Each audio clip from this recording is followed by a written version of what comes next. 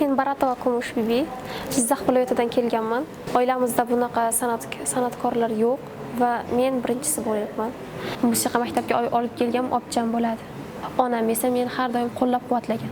Musiqaga 2024-yildan boshlab qatnashib boshladim. Ovozimni qishda bilib qoldik. Opera yo'nalishida ekanligini va shunga qiziqib boshladim. Onam ham opera kuylaydilar. Onam qiziqtirdilar. Oyim uchun men keldim. Men ko'pincha opera yo'nalishini 6 ta qo'shiqchi asarlarini bilaman va men Shahnoza Yoqubovaning qo'shiqlarini ko'proq o'rganaman. Shahnoza Yoqubovaga juda qiziqaman va ularni yo'nalishini juda qattiq ushlab o'rganmoqchiman. Opera yo'nalishida asosan men o'zbek qo'shiqlarini yaxshi ko'raman, asarlarini yaxshi ko'raman va ularni kuylab boraman. Misol uchun men Shahnoza Yoqubovaning Sendadir ko'zlarim va dugonalar borsiz, omonmisiz asarlarini juda yaxshi ko'raman. Men ularni juda yaxshi ko'rib kuylayman. Yoshlar ovoziga men bu mavsumda birinchi marta qatnashdim.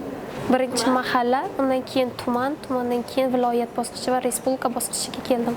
Men Tursunqul ustozim bilan keldim bu yerga va ustozimiz menga ko'p yo'nalishlarni o'rgatdi. Sahnada turishlarni, ularni qo'shiqlarga tushishni o'rgatishdi. Respublika bosqichi uchun juda qiziqarli qo'shiqlar, asarlarni yodladim va ularni juda sevib kuylamoqdaman. Tayyorgarlik jarayonida ustozimiz bilan birgalikda men qo'shiqlarni baland ovozga yetkazish uchun mashqlar qilib bordik va ularni juda maromiga yetib kuylashga harakat qildik. Men respublika bosqichida Dugonalar bormisiz, omonmisiz asarini aytishga harakat qilaman.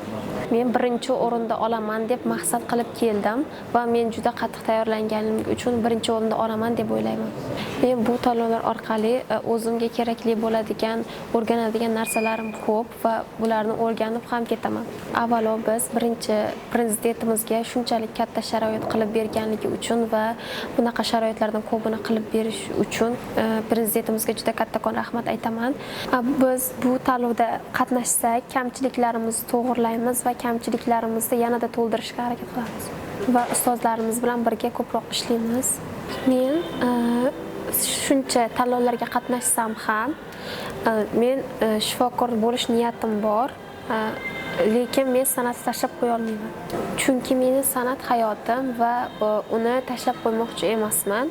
Onam menga respublika bosqichida birinchi o'rinda olishimni duo qildi. Har doimgidek mana shunday bosqichlarni birinchi o'rinda olib kelishimni aytdilar. Bugun men respublika bosqichiga ustozim bilan chiqaman. Men bu qo'shiqni aytganimda ular menga kuyini chalib beradi. San'at yo'nalishida orzularim, niyatlarim katta. Jahon sahnasida men o'zbek asarlarini kuylashni niyat qilaman. O'zbek asarlarini jahon sahnasiga olib chiqmoqchiman. O'zbek asarini butun dunyo tanishini xohlayman. Yoshlar ovozi tanlovi bu maqsadimga birinchi qadamdir. Shuning uchun ham biz Yoshlar ovozi tanlovida qatnashamiz va Yoshlar ovozi tanlovini yaxshi ko'ramiz.